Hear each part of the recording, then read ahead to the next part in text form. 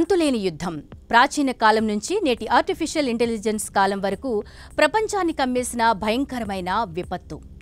ఈ మహమ్మారి గురించి అవగాహన కల్పించేందుకు ప్రతి ఏడాది ఫిబ్రవరి 4న ప్రపంచ క్యాన్సర్ దినోత్సవాన్ని జరుపుతారు.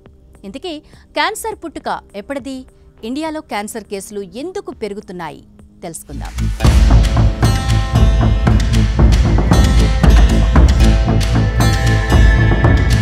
మనిషి ఇంకా అడవుల్లో తిరుగుతున్న రోజుల్లోనే క్యాన్సర్ అనే మహమ్మారి మొదలై ఉండొచ్చని సైంటిస్టులు చెబుతున్నారు.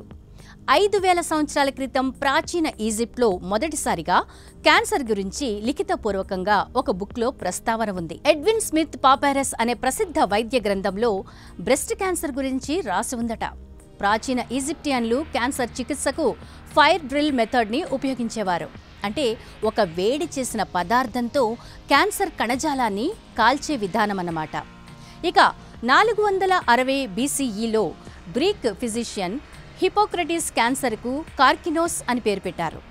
ట్యూమర్స్ ఆకృతి పీత ఆకారంలో ఉంటుందని భావించిన ఆయన ఈ పేరు పెట్టారు. ఆయన సిద్ధాంతం ప్రకారం క్యాన్సర్కు శరీరంలో బ్లాక్ బైల్ పేరుకుపోవడం ప్రధాన కారణం. దాదాపు 1400 ఏళ్ల పాటు ఈ అపోహ బలంగా ఉండిపోయింది. ఆధునిక విజ్ఞాన శాస్త్రం అభివృద్ధి చెందుతున్న సమయంలో హిపోక్రటీస్ ఆలోచన పూర్తిగా తప్పు అని తేలింది.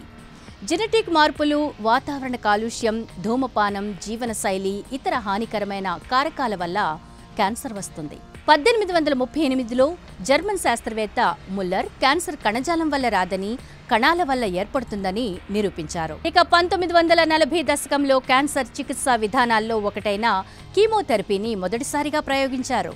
1950లో రేడియేషన్ థెరపీ కూడా పెద్ద విజయం సాధించింది. ఇక 21వ శతాబ్దంలో క్యాన్సర్పై పరిశోధనలు మునుపెన్నడూ లేనంతగా వేగంగా కొనసాగుతున్నాయి.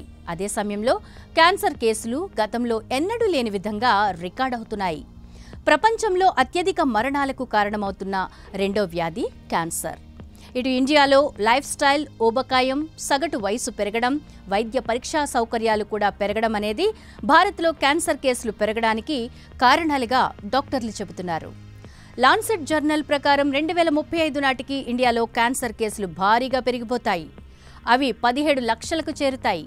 క్యాన్సర్ వల్ల సంభవించే మరణాల సంఖ్య కూడా పెరిగి 12 లక్షలకు చేరే అవకాశం కనిపిస్తోంది.